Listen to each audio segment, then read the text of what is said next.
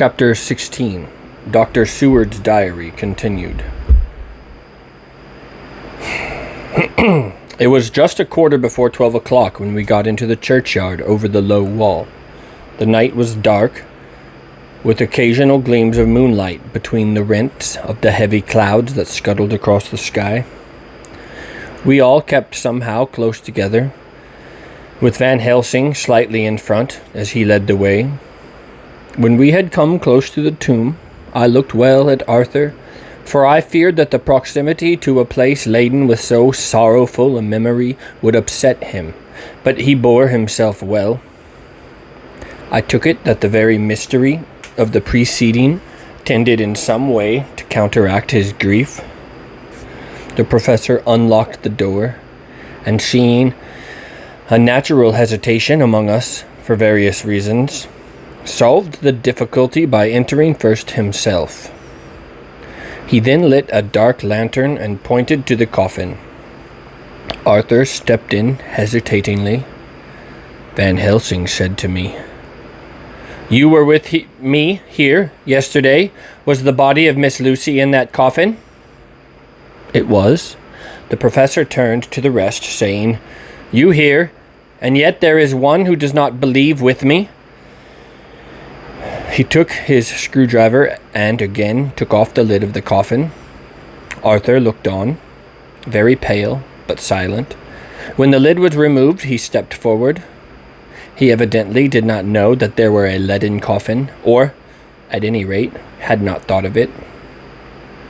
When he saw the rent in the lead, the blood rushed to his face for an instant, but as quickly fell away again, so that he remained of a ghastly whiteness. He was still silent. Van Helsing forced back the leaden flange, and we all looked in and recoiled. The coffin was empty. For several minutes no one spoke a word. The silence was broken by Quincy Morris. "Professor, I answered for you. Your word is all I want. I wouldn't ask such a thing ordinarily. I wouldn't so dishonor you as to imply a doubt. But this is a mystery that goes beyond any honor or dishonor. Is this your doing?"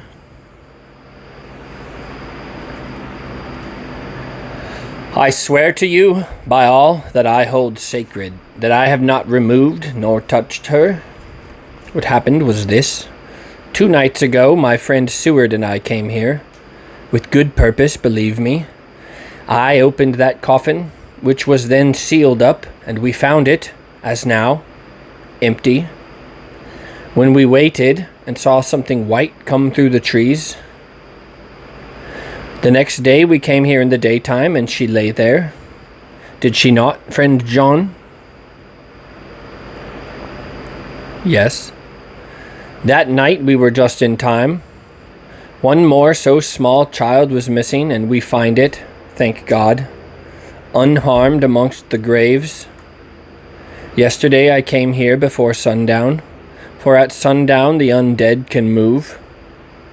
I waited here all the night till the sun rose, but I saw nothing.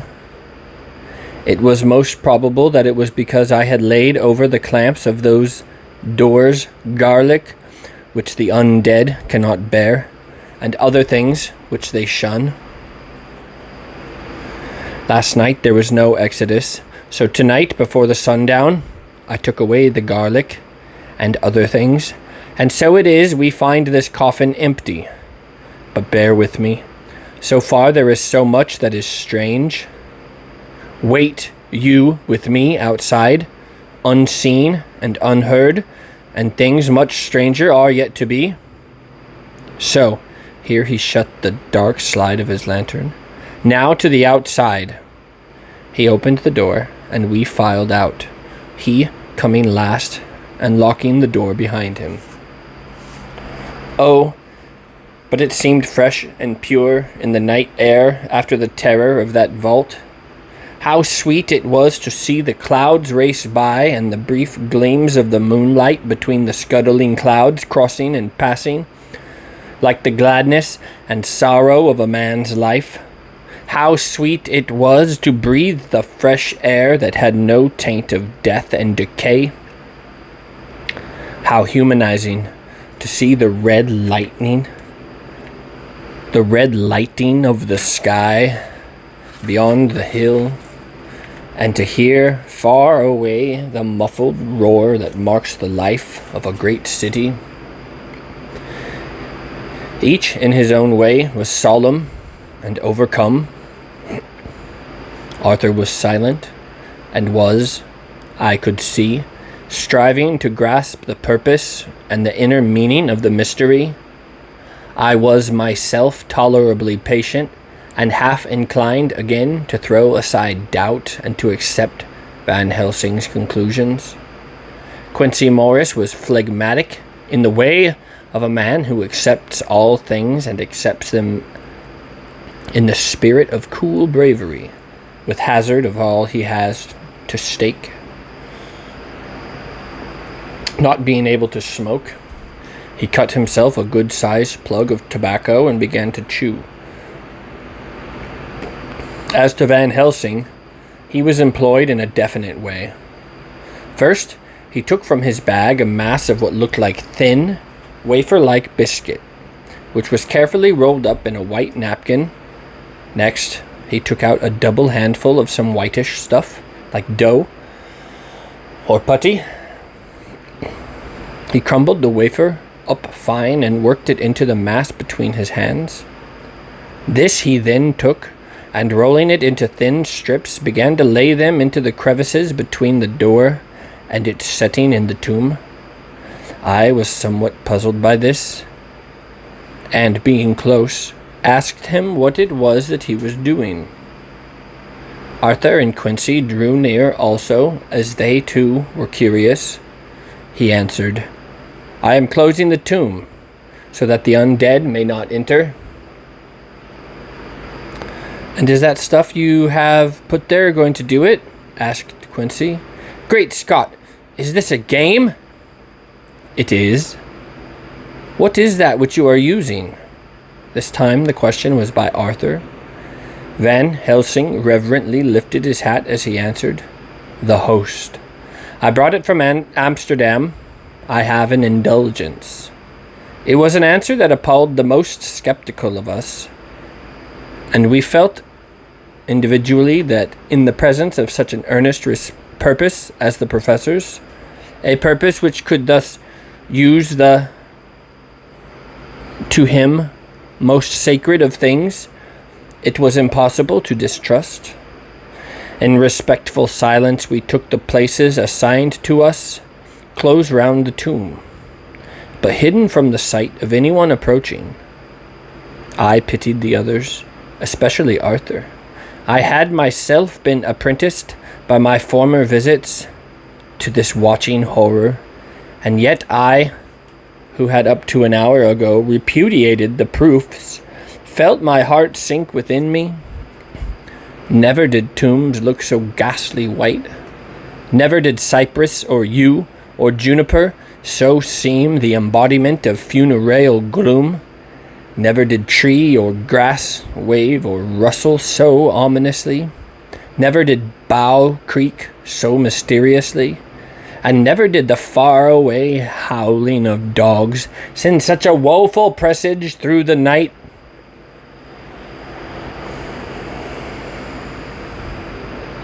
There was a long spell of silence, a big aching void,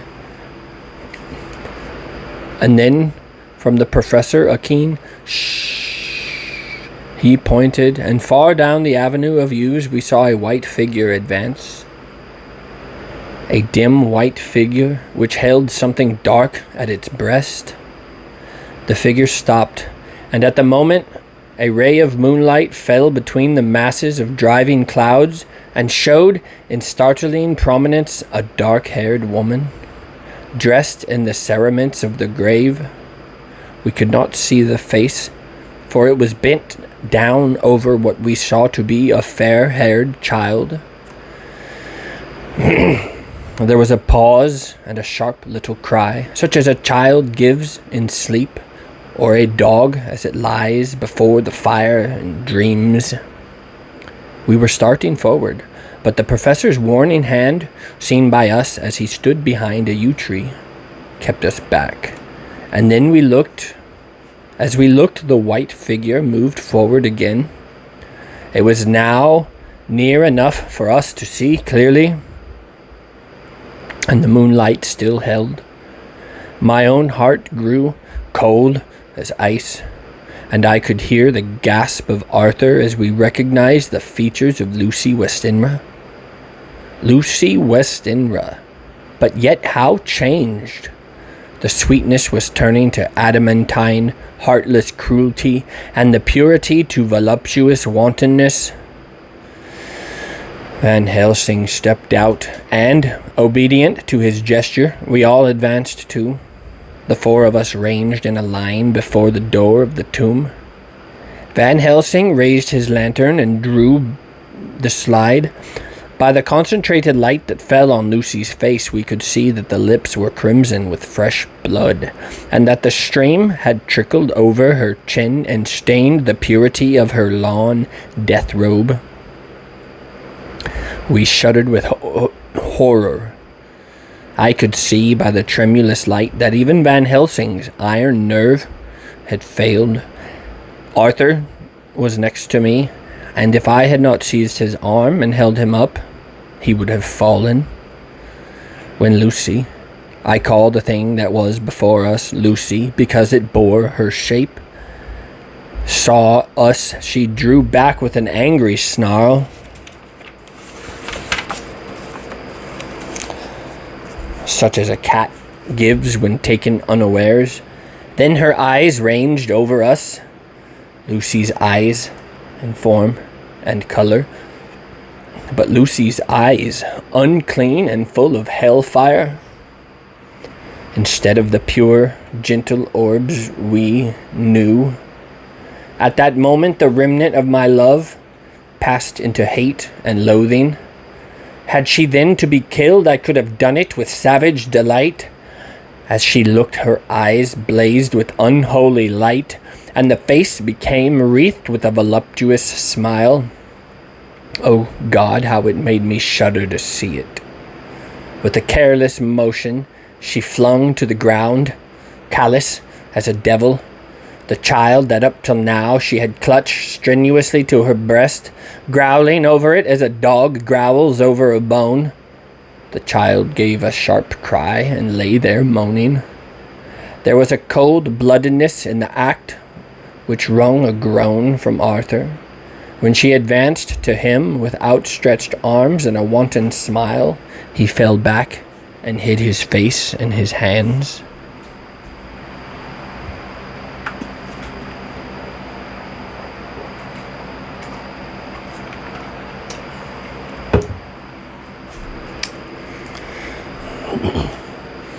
She still advanced, however, and with a languorous, voluptuous grace said, "Come to me, Arthur. Leave these others and come to me. My arms are hungry for you. Come, and we can rest together. Come, my husband, come." There was something diabolically sweet in her tones, something of the tingling of glass when struck, which rang through the brains even of us who heard the words addressed to another. As for Arthur, he seemed under a spell. Moving his hands from his face, he opened wide his arms. She was leaping for them. When Van Helsing sprang forward and held between them his little golden crucifix, she recoiled from it, and, with a suddenly distorted face, full of rage, dashed past him as if to enter the tomb.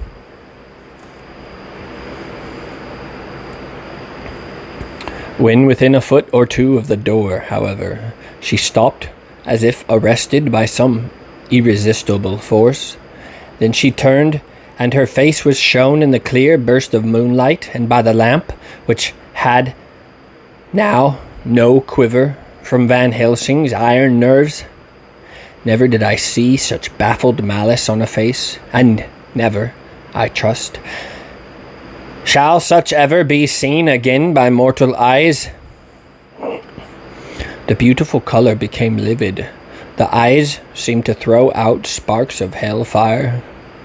The brows were wrinkled as though through the folds of flesh were the coils of Medusa's snakes, and the lovely, blood-stained mouth grew to an open square, as in the passion masks of the Greeks and Japanese.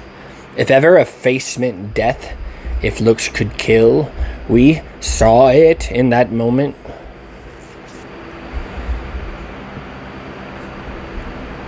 And so, for a full half a minute, which seemed an eternity, she remained between the lifted crucifix and the sacred closing of her means of entry. Van Helsing broke the silence by asking Arthur, "Answer me, O my friend. Am I to proceed in my work?" Arthur threw himself on his knees and hid his face in his hands, and he answered, "Do as you will, friend. Do as you will. There can be no horror like this ever any more." And he groaned in spirit. Quincy and I simultaneously moved towards him and took his arms.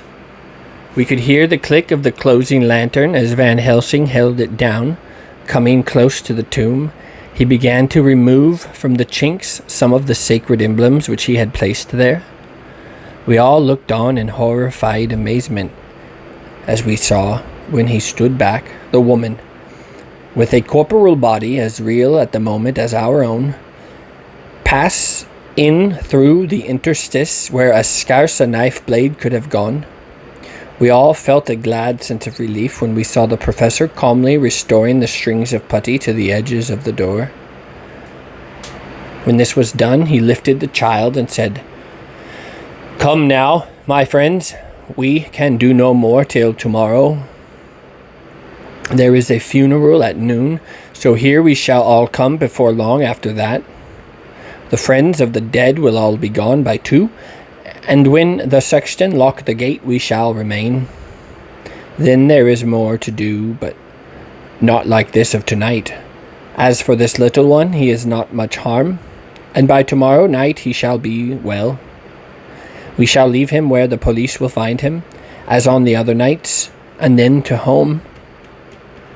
Coming close to Arthur, he said, "My friend Arthur, you have had sore trial, but after, when you will look back, you will see how it was necessary. You are now in the bitter waters, my child.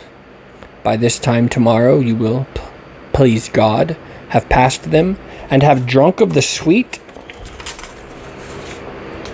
waters. So do not mourn overmuch. Till then I shall not ask you to forgive me." Arthur and Quincy came home with me, and we tried to cheer each other up on the way. We had left the child in safety, and we were tired, so we all slept with more or less reality of sleep. 29 September, night. A little before 12 o'clock, we 3, Arthur, Quincy, Morris, and myself, called for the professor. It was odd to notice that by common consent, we had all put on black clothes. Of course, Arthur wore black, for he was in deep mourning, but the rest of us wore it by instinct. We got to the churchyard 1:30 and strolled about, keeping out of official observation, so that when the gravediggers had completed their task, and the sexton, under the belief that everyone had gone, had locked the gate, we had the place all to ourselves. Van Helsing, instead of his little black bag, had with him a long leather one, something like a cricketing bag. It was manifestly of fair weight. When we were alone and had heard the last of the footsteps die out up the road, we silently and as if by ordered intention, followed the professor to the tomb. He unlocked the door, and we entered, closing it behind us. Then he took from his bag the lantern, which he lit, and also 2 wax candles, which, when lighted, he struck by melting their own ends on other coffins, so that they might give light sufficient to work by.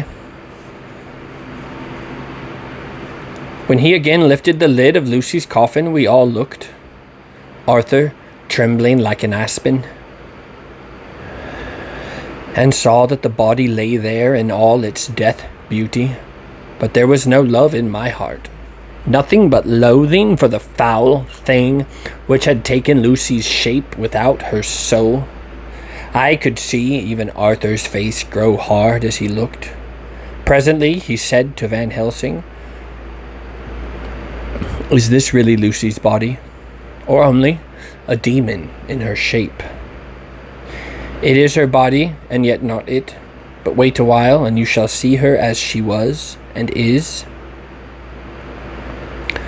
She seemed like a nightmare of Lucy as she lay there. The pointed teeth, the blood-stained, voluptuous mouth, which it made one shudder to see, the whole carnal and unspiritual appearance, seeming like a devilish mockery of Lucy's sweet purity. Van Helsing, in his methodical manner, began taking the various contents from his bag and placing them ready for use. First he took out a soldering iron and some plumbing solder, and then a small oil lamp which gave out, when lit in a corner of the tomb, gas which burned at fierce heat with a blue flame. Then his operating knives, which he placed to hand, and last a round wooden stake, some 2.5 or 3 inches thick, and about 3 feet long. One end of it was hardened by charring in the fire, and was sharpened to a fine point. With this stake came a heavy hammer, such as in households is used in the coal cellar for breaking the lumps. To me, a doctor's preparations for work of any kind are stimulating and bracing, but the effect of these things on both Arthur and Quincy was to cause them a sort of consternation. They both, however, kept their courage and remained silent and quiet.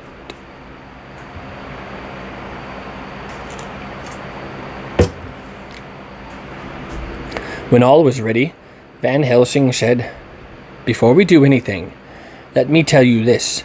It is out of love and experience of the ancients and all those who have studied the powers of the undead. When they become such, there comes with the change the curse of immortality. They cannot die, but must go on, age after age, adding new victims and multiplying the evils of the world. For all that die from the preying of the undead become themselves undead and prey on their kind. And so the circle goes on, ever widening, like as the ripples from a stone thrown in the water. Friend Arthur, if you had met that kiss which you know of before poor Lucy died, or, again, last night when you opened your arms to her, you would in time, when you had died, have become Nosferatu, as they call it in Eastern Europe, and would all time make more of those undeads, so that have filled us with horror. The career of this unhappy dear lady is but just begun. Those children whose blood she suck are not as yet so much the worse, but if she live on, undead, more and more they lose their blood, and by her power over them they come to her, and so she draw their blood with that so wicked mouth. But if she die, in truth, then all cease. The tiny wounds of the throats disappear, and they go back to their plays, unknowing ever of what has been. But of the most blessed of all, when this now undead be made to rest as true dead, then the soul of the poor lady whom we all love shall again be free. Instead of working wickedness by night and growing more debased in the assimilation of it by day, she shall take her place with the other angels. So that, my friend, it will be a blessed hand for her that shall strike the blow that sets her free. To this I am willing, but is there none amongst us who has a better right? Will it be no joy to think of hereafter, in the silence of the night when sleep is not? It was my hand that sent her to the stars. It was the hand of him that loved her best, the hand of that of all she herself have chosen, had it been her to choose. Tell me if there be such a one amongst us. We all looked at Arthur. He saw, too, what we all did, the infinite kindness which suggested that his should be the hand which would restore Lucy to us as a holy and not an unholy memory. He stepped forward and said bravely, though his hand trembled and his face was pale as snow, "My true friend, from the bottom of my broken heart I thank you. Tell me what I am to do, and I shall not falter." Van Helsing laid a hand on his shoulder and said, "Brave lad, a moment's courage and it is done. This stake must be driven through her. It will be a fearful ordeal. Be not deceived in that, but it will be only a short time, and you will then rejoice more than your pain was great. From this grim tomb you will emerge as though you tread on air, but you must not falter when once you have begun. Only think that we, your true friends, are round you, and that we pray for you all the time." "Go on," said Arthur hoarsely. "Tell me what I am to do." "Take this stake in your left hand, ready to place the point over the heart, and the hammer in your right. Then when we begin our prayer for the dead, I shall read him. I have here the book, and the others shall follow.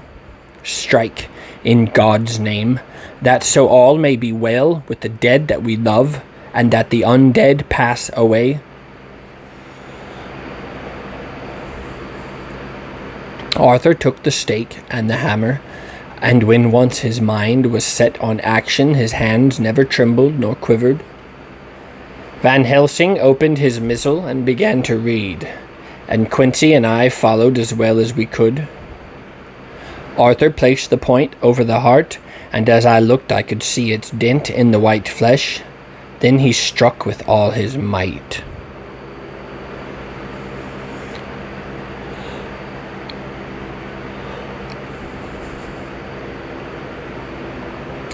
The thing in the coffin writhed, and a hideous, blood-curdling screech came from the open red lips.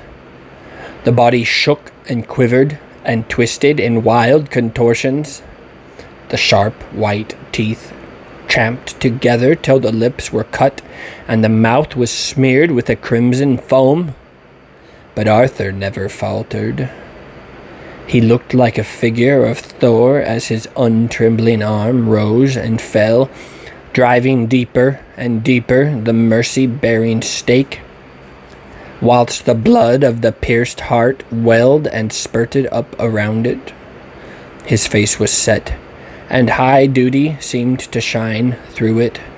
The sight of it gave us courage, so that our voices seemed to ring through the little vault. And then the writhing and quivering of the body became less, and the teeth ceased to chomp, and the face to quiver. Finally it lay still. The terrible task was over. The hammer fell from Arthur's hand. He reeled and would have fallen had we not caught him.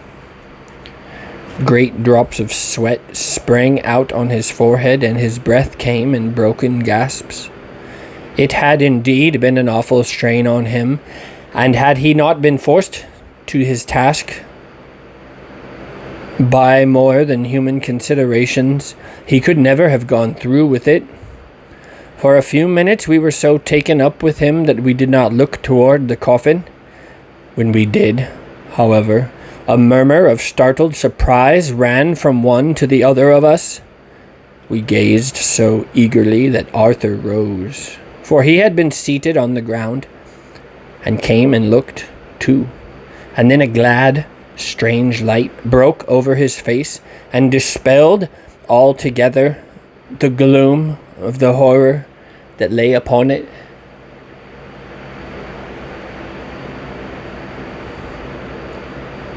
There in the coffin lay no longer the foul thing that we had so dreaded and grown to hate, that the work of her destruction was yielded as a privilege to the one best entitled to it.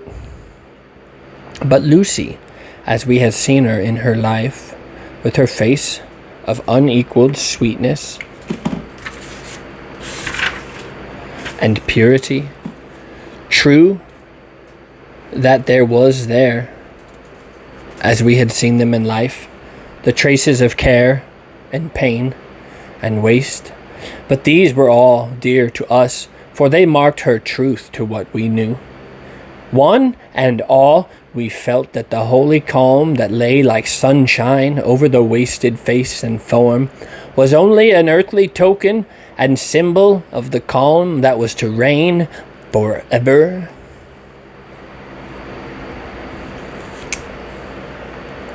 Van Helsing came and laid his hand on Arthur's shoulder, and I said to him,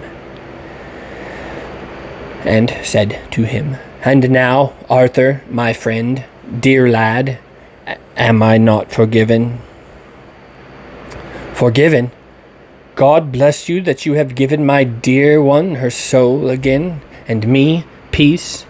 He put his hands on the professor's shoulder, and laying his head on his breast, cried for a while silently, whilst we stood unmoving. When he raised his head, Van Helsing said to him, "And now, my child, you may kiss her. Kiss her dead lips, if you will, as she would have you to, if for her to choose. For she is not a grinning devil now, not any more than a foul thing for all eternity. No longer is she the devil's undead. She is God's true dead, whose soul is with him." Arthur bent and kissed her, and then we sent him and Quincy out of the tomb. The professor and I sawed the top off the stake, leaving the point of it in the body. Then we cut off the head and filled the mouth with garlic. We soldered up the leaden coffin, screwed on the coffin lid, and gathering up our belongings, came away. When the professor locked the door, he gave the key to Arthur. Outside the air was sweet. The sun shone and the birds sang, and it seemed as if all nature were tuned to a different pitch. There was gladness and mirth and peace everywhere, for we were at rest ourselves on one account, and we were glad, though it was with a tempered joy. Before we moved away, Van Helsing said, "Now, my friends, one step of our work is done, one the most harrowing to ourselves, but there remains a greater task, to find out the author of all this, our sorrow, and to stamp him out. I have clues which we can follow, but it is a long task and difficult, and there is danger in it, and pain. Shall you not all help me? We have learned to believe, all of us. Is it not so? And since so, do we not see our duty? Yes, and do we not promise to go on to the bitter end? Each in turn, we took his hand, and the promise was made. Then said the professor as we moved off, 2 nights hence you shall meet with me and dine together at 7 of the clock with friend John. I shall entreat 2 others, 2 that you know not as yet, and I shall be ready to all our work show and our plans unfold. Friend John, you come with me home, for I have so much to consult about, and you can help me. Tonight I leave for Amsterdam, but shall return tomorrow night. And then begins our great quest. But first I shall have much to say, so that you may know what is to do and to dread. Then our promise shall be made to each other anew, for there is a terrible task before us, and once our feet are on the plowshare, we must not draw back.